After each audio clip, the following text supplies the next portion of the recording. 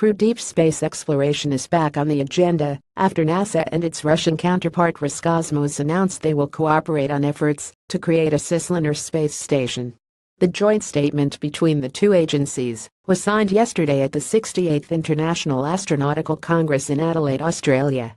The two agencies' first objective is something akin to a spaceport in cislunar space, something already on NASA's wishlist under the Deep Space Gateway project.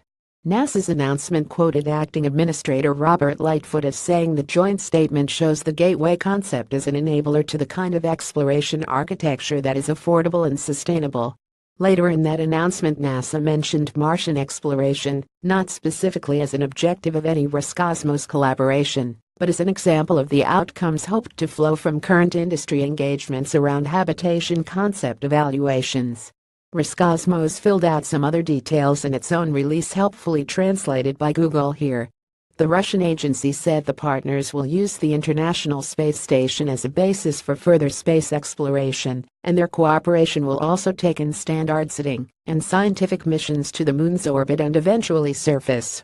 The key standards identified by Roscosmos related to docking specifications Russia expects its developments will predominate, as well as the standards of life support systems.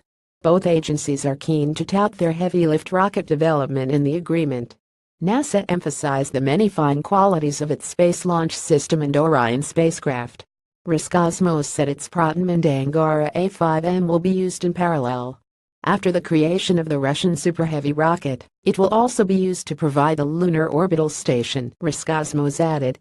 This document from March fleshed out NASA's expectations for the Deep Space Gateway, which would have a power bus, a small habitat to extend crew time, docking capability, an airlock, and serviced by logistics modules to enable research.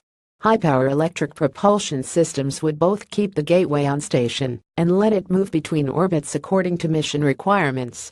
NASA hopes the Gateway would provide what private Mars missions cannot: a return path, because Mars-bound craft would launch from outside Earth's gravity and would return to the Gateway for servicing between missions. The Gateway's first full-year crewed mission is penciled in for the late 2020s. Sponsor the joy and pain of buying it. Have your say.